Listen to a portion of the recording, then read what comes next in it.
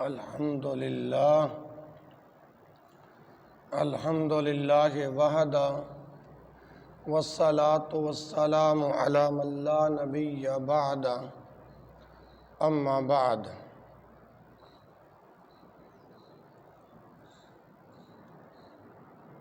دو آدمی ایک ہی مجلس میں یا آپس میں کوئی سودا طے کرتے وقت ایک ہی مجلس میں بیٹھے رہیں، انہیں ایک دوسرے سے جدا ہونے تک سودا مسترد یا طے کرنے کا اختیار ہے۔ دلیل میں آگے جا کے عرض کرتا ہوں۔ کتاب البیوع کے حوالے سے سوال ہے، تو دلیل سنیے۔ عن عبداللہ بن عمر رضی اللہ عنہما الرسول اللہ صلی اللہ علیہ وسلم انہ قال اذا تبایع الرجلان فکل واحد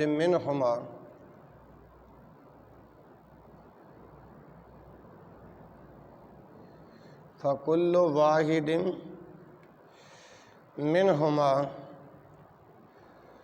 بالخيار ما لم يتفرقا وكانا جميعا او يخير احدهما الاخر قال فإن خير احدهما الاخر فتبايع على ذلك فقد وجب البيع۔ یہ جو روایت، یہ دلیل جو ہم نے پڑھی ہے، یہ عبداللہ بن عمر رضی اللہ عنہما سے مروی ہے۔ اور کون عبداللہ بن عمر رضی اللہ عنہما؟ جو 2630 حدیثوں کے راوی ہیں، عبداللہ بن عمر رضی اللہ عنہما۔ اور جس پر ہم نے دلیل پیش کی ہے، جس کا ابھی متن آپ کے سامنے پڑھا ہے، اس کا دعویٰ یہ ہے کہ دو آدمی آپس میں کوئی سودا طے کرنے کے لیے جب تک وہ ایک ہی مجلس میں بیٹھے رہیں، انہیں ایک دوسرے سے جدا ہونے تک سودے کو مسترد یا طے کرنے کا اختیار ہے۔ تو میرے محترم بھائیو، یہ جو دلیل پڑھی اب اس کا ترجمہ سماعت فرمائیں۔ عن عبداللہ بن عمر، عبداللہ بن عمر رضی اللہ عنہما الرسول اللہ صلی اللہ علیہ وسلم انہ قال، رسول اللہ صلی اللہ علیہ وسلم سے روایت کرتے ہیں کہ آپ صلی اللہ علیہ وسلم نے ارشاد فرمایا، اذا تبایع الرجلان، جب دو شخص آپس میں خرید و فروخت کریں، تبایع الرجلان، جب دو بندے آپس میں خرید و فروخت کریں، فکل واحد منہما بالخیار، ان میں سے ہر ایک کو اختیار ہے، ما لم یتفرقا، جب تک وہ دونوں ایک دوسرے سے جدا نہ ہوں، وکانا جمیعا، اور وہ اکٹھے بیٹھے ہوئے ہوں، او یخیر احدہما الاخر، یا ایک اپنے ساتھی کو اختیار دے دے، او یخیر، یا اختیار دے دے، احدہما الاخر، ایک اپنے دوسرے ساتھی کو اختیار دے دے، قال فإن خیر احدہما الاخر، اگر انہوں نے ایک دوسرے کو اختیار دے دیا ہے، فتبایع علی ذالک، دونوں نے اس شرط پر سودا کر لیا، فقد وجب البیع، تو ان کے بیع جو ہے وہ واجب ہو گئی، ان کے بیع واجب ہو گئی۔ یہ روایت صحیح البخاری میں موجود ہے، اور صحیح مسلم کتاب البیوع کے اندر بھی یہ حدیث موجود ہے۔ اسی طرح سودا فروخت کرنے والا جب تک ایک مجلس میں بیٹھے رہیں، ان کو سودا مسترد یا پکا کرنے کا اختیار ہے۔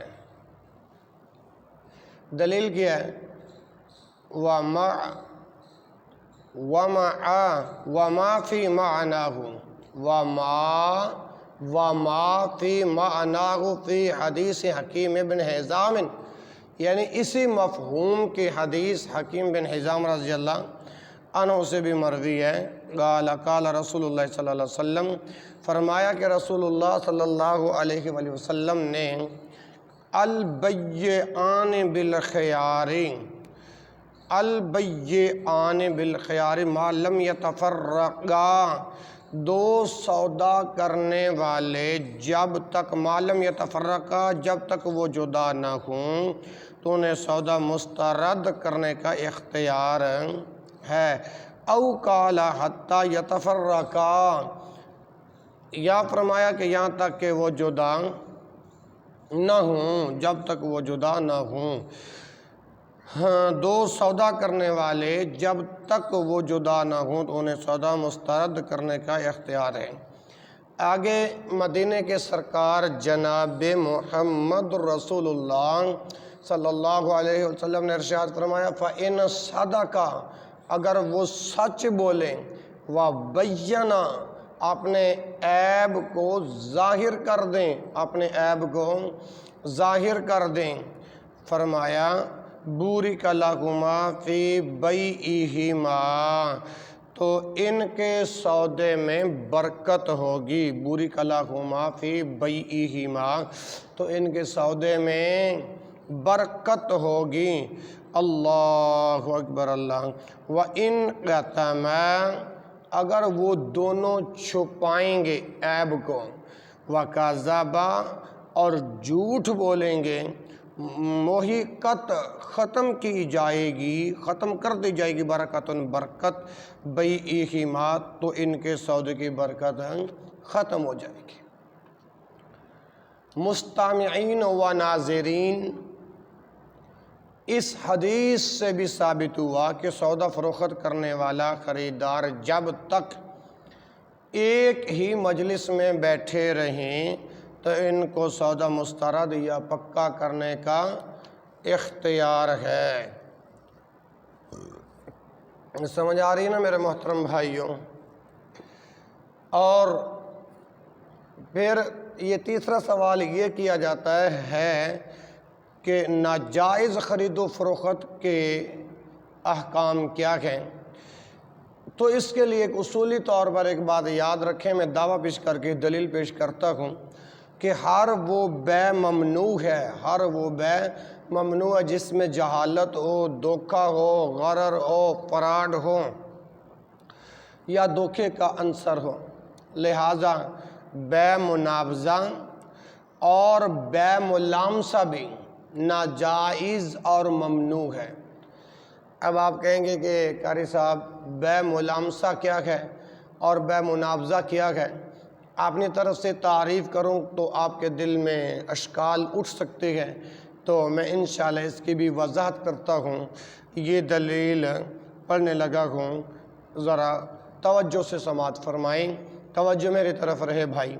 عن ابی سعید الخدری رضی اللہ عنہ ان رسول اللہ صلی اللہ علیہ وسلم نہا عن المنابضۃ وہی طرح الرجل ثوبہ بالبیع الی الرجل قبل ان یقلبہ او ینظر الیہ، ونہا عن الملامسات والملامسات لمس الرجل الثوب لا ینظر الیہ۔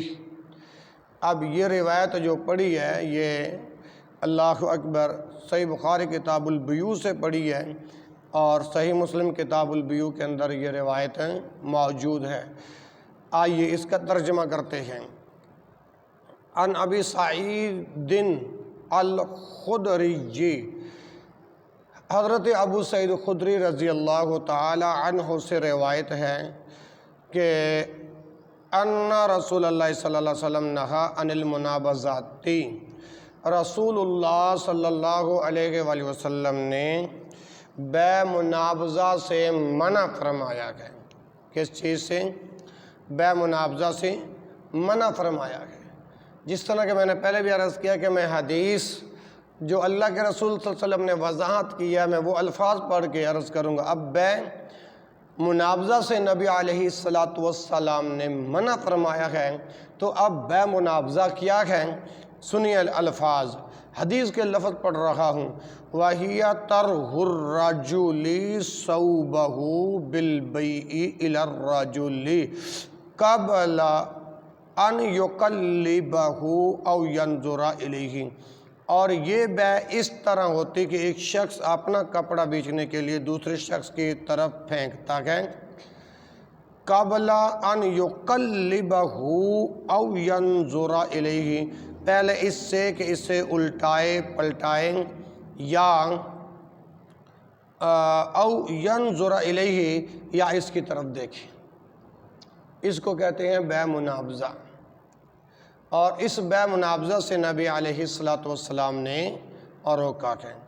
وَهِيَ طَرْحُ الرَّجُلِ ثَوْبَهُ بِالْبَيْعِ، ایک شخص اپنا کپڑا بیچنے کے لیے، فروخت کرنے کے لیے، بیع کے لیے، ٹھیک ہے جی، إِلَى الرَّجُلِ، دوسرے شخص کی طرف پھینکتا ہے، قبل ان یقلبہ، پہلے اس سے کہ اسے یقلبہ، اسے الٹائے پلٹائے، او ینظر الیہ، یا اس کی طرف دیکھیں، تو اس کو کہتے ہیں بے منابضہ۔ اس بے منابضہ سے اللہ کے نبی علیہ السلام نے منع فرمایا ہے۔ اور آگے سنیے، وَنَهَا عَنِ الْمُلَامَسَاتِ، اور آپ صلی اللہ علیہ وسلم نے بے ملامسہ سے بھی منع فرمایا ہے۔ اب بے ملامسہ کیا ہے؟ والملامسہ، تو بے ملامسہ یعنی ملامسہ بے اس طرح ہوتی ہے، لمس الرجل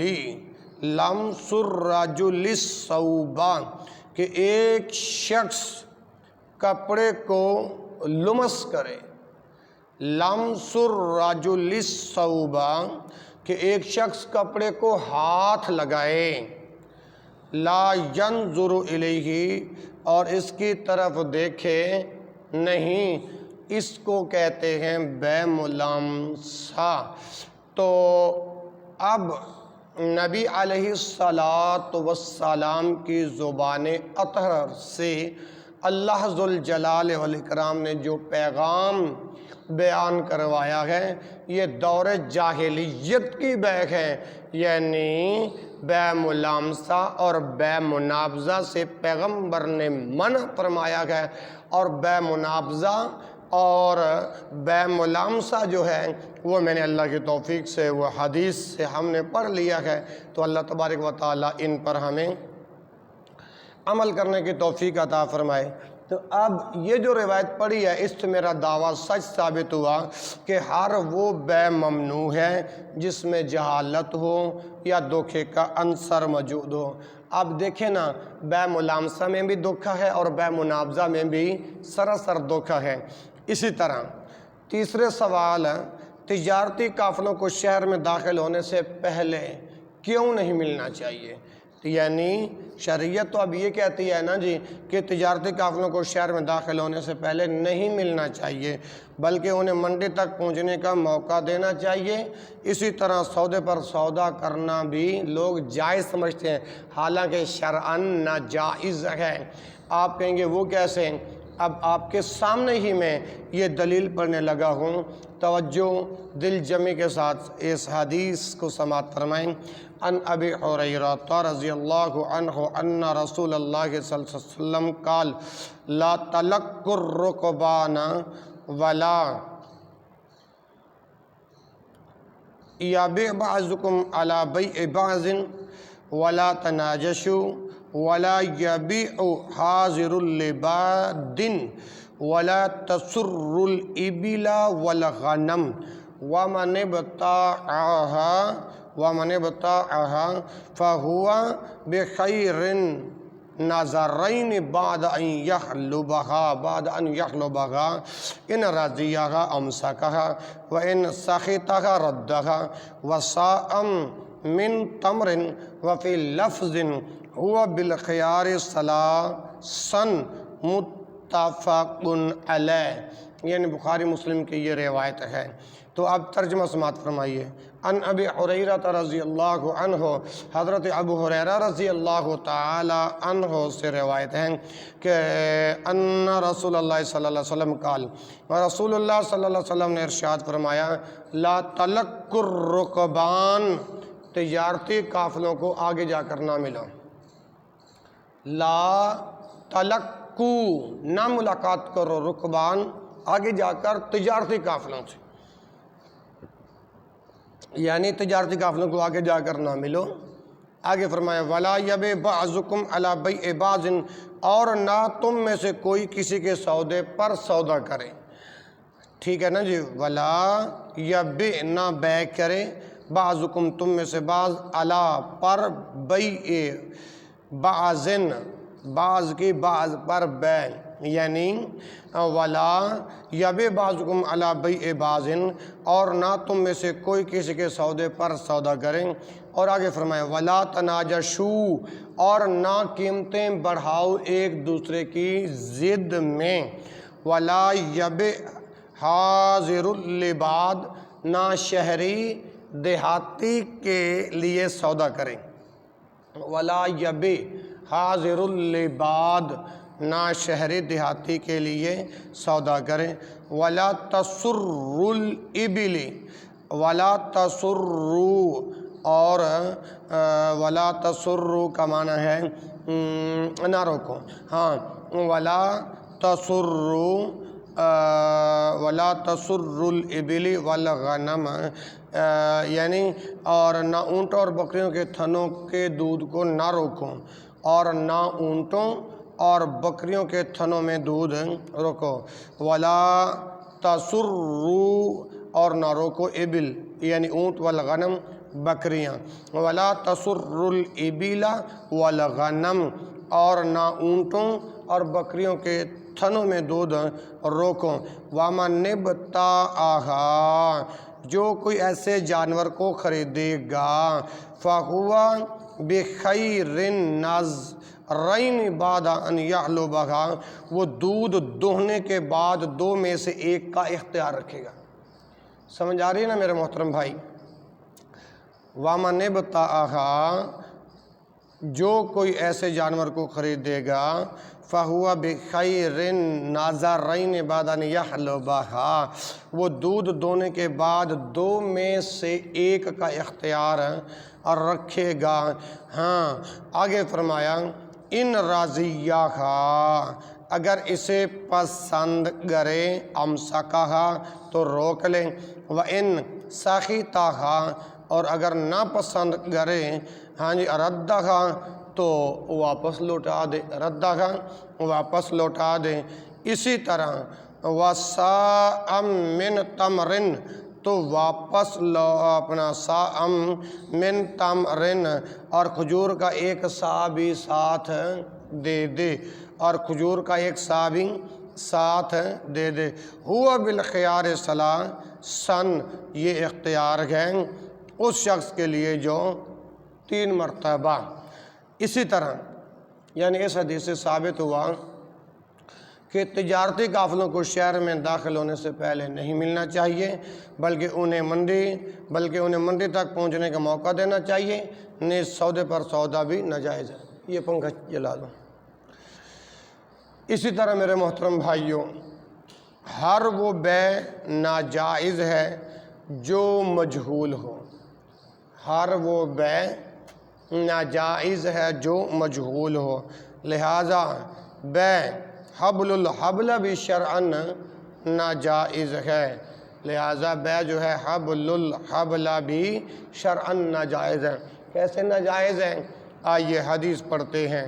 اللہ اکبر۔ ان عبداللہ بن عمر رضی اللہ عنہما ان رسول اللہ صلی اللہ علیہ وسلم نہا عن بیع الحبل الحبلۃ وکان بیعا یتبایعہ اہل الجاہلیۃ، کان الرجل یبتاع الجزور الی ان تنتج الناقۃ ثم تنتج التي ثم تنتج التي في بطنها قيل إنه كان يبيع الشارف وهي الكبيرة المسنة بنتاج الجنين الذي في بطن ناقته متفق علیہ۔ صحیح بخاری اور صحیح مسلم میں یہ روایت موجود ہے۔ اللہ اکبر اللہ۔ ان عبداللہ بن عمر، عبداللہ بن عمر رضی اللہ عنہما سے روایت ہے ان رسول اللہ صلی اللہ علیہ وسلم کہ نبی مکرم صلی اللہ علیہ وآلہ وسلم نے نہا منع فرمایا ہے ان بیع حبل الحبلہ، حاملہ اونٹنی کے حمل کے بیع سے، نہا ان بیع حبل الحبلۃ، رسول اللہ صلی اللہ علیہ وسلم نے حاملہ اونٹنی کے حمل کے بیع سے منع فرمایا ہے۔ وَكَانَ بَيْعًا يَتَبَايَعُهُ أَهْلُ الْجَاهِلِيَّةِ، اس طرح کا سودا اہل جاہلیت کیا کرتے تھے، یعنی اس قسم کا سودا جاہلیت والے کیا کرتے تھے۔ اور وہ کس طرح؟ كَانَ الرَّجُلُ يَبْتَاعُ الْجُزُورَ إِلَىٰ أَن تنتج الناقۃ ثم تنتج التی فی بطنها، یعنی ایک شخص اونٹنی کا سودا کرتا اس شرط پر کہ اونٹنی جنم دے گی، پھر وہ آگے جنم دے گی جو اس کے پیٹ میں اب ہے۔ سمجھ آئی کہ نہیں؟ کان الرجل یبتاع الجزور الی ان تنتج الناقۃ ثم تنتج التی فی بطنها، اس ایک شخص اونٹنی کا سودا کرتا ہے شرط پر کہ اونٹنی تنتج الناقۃ، کہ اونٹنی جنم دے گی، ثم تنتج التی فی بطنها، پھر وہ آگے جنم دے گی فی بطنها جو اس کے پیٹ میں اب ہے۔ قیلا، یہ کہا گیا کہ انہو کانا یبیع الشارفہ، کہ ایک شخص اونچی کوہان والی اونٹنی بیچتا ہے، ٹھیک ہے نا جی۔ وَهِيَ الْكَبِيرَةُ الْمُسِنَّةُ، اور وہ بڑی عمر کی ہوتی ہے۔ ایک شخص اونچی کوہان والی اونٹنی بیچتا تھا، وَهِيَ الْكَبِيرَةُ الْمُسِنَّةُ، اور وہ بڑی عمر کے ہوتے، بِنِتَاجِ الْجَنِينِ، اس بچے کے جنم کی شرط پر، الَّذِي فِي بَطْنِ نَاقَتِهِ، جو اس کی اونٹنی کے پیٹ میں ہے۔ اب یہ روایت آپ کے سامنے پڑھی ہے محترم، تو اس سے ثابت ہو گیا کہ ہر وہ بیع ناجائز ہے جو مجہول ہو، جو مجہول۔ اور اس حدیث کے اندر، اس دلیل کے اندر، امام الانبیاء حضرت محمد رسول اللہ صلی اللہ علیہ وسلم کے اس فرمان کے اندر ہم نے پڑھا کہ یہ جس طرح یہ دور جاہلیت کی بیع، حاملہ اونٹنی کے حمل کے بیع سے نبی علیہ السلام نے منع فرمایا، اسی طرح بیع جو ہے نا حبل الحبلہ